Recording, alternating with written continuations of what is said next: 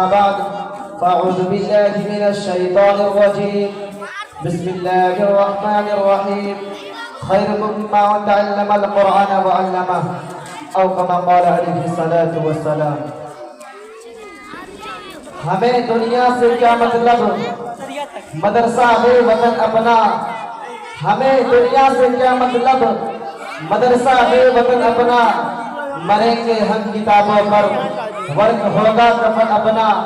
نہ چمن میں نہ بہاروں میں مزہ ملتا ہے، نہ چمن میں نہ بہاروں میں مزہ ملتا ہے.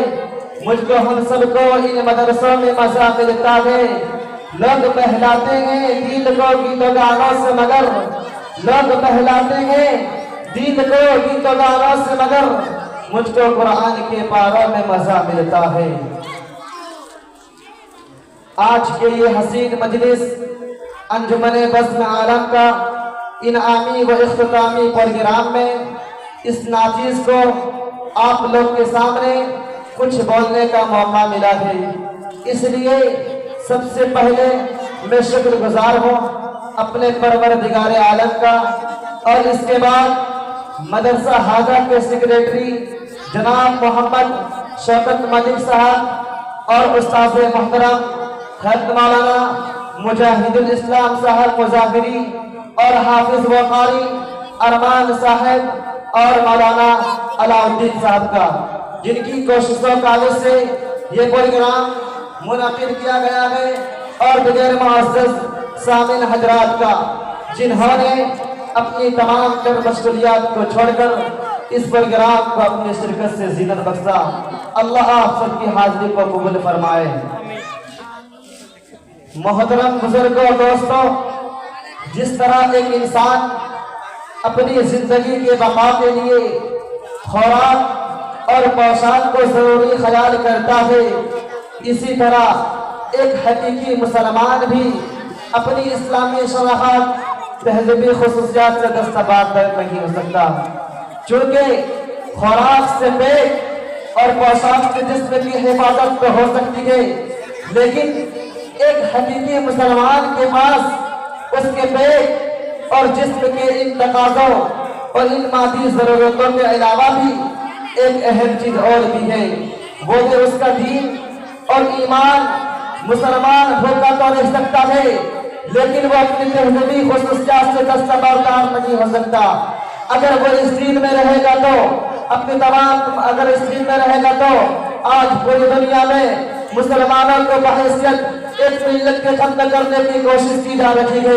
آج مسلمانوں کے ہمارے دشمن ہمارے ملی وجود اور تہذیبی خصوصیات کو چوٹ چوٹ کر ختم کرنے پر تلا ہوا ہے. اگر آج اسلام اپنی تمام خصوصیاتوں امتیاز کے ساتھ نظر آ رہا ہے تو وہ انہیں مدارس عربیہ کے زہر احسان ہے. شہر شہر، گلی گلی، قریہ قریہ، چھوٹی بڑی کچی پکی مساجد جو آباد نظر آ رہی ہے، مختلف تحریکی کی شکل میں مسلمانوں کو اخلاقی و اعتمادی اور معاشی اصلاح کا جو جال ہر سمت بچھا ہوا ہے، یا کسی کی جگہ دین کا شعلہ یا اس کی تھوڑی سی رمق اور چنگاری سلگتی ہوئی نظر آ رہی ہے، تو وہ انہیں مدارس کا فیض اثر ہے. اگر ان مدارس کا وجود نہ ہوتا تو آج ہم موجود نہ ہوتے، لیکن بحیثیت مسلم نہیں بلکہ ان حیوان نما انسان کے ان تمام درندے صفت خصوصیات کے ساتھ ہندوستان و عوامی نگرانے پر چلنے والے موجودہ شکل کے مدارس کی ابتدائی تاریخ کا جائزہ لیجئے. کن اسباب و محرکات کے تحت اس نظام حوالی کے مدارس کا آغاز ہوا. محترم بزرگوں دوستوں، دراصل اس وقت بھی یہی صورتحال تھی کہ مسلمانوں کے ہاتھوں سے سما میں اقتدار چھن چکا تھا. انگریزی قوم یہاں ہر سیاہ و سفید کی مالک ہو چکی تھی. اگر انہیں مستقبل میں اپنے اور اپنے اس آمرانہ حکمرانی کے بیچ کوئی چیز سب سے بڑی رکاوٹ اور حائل نظر آ رہی تھی تو وہ یہاں کا قیور بہیمیت اور جدہ دل مسلمانوں کی ان کی موجودہ خست و ذلت سے نکال کر انہیں رفعت بلندی کے وجہ سریا پر کوئی چیز پہنچا سکتی ہے تو وہ ہے ان کا ایمان و اقان اور دین اسلامی تشخص. اور یہ ہمارے شناخت اپنے مدارس اسلامیہ سے باقی رہ سکتا ہے.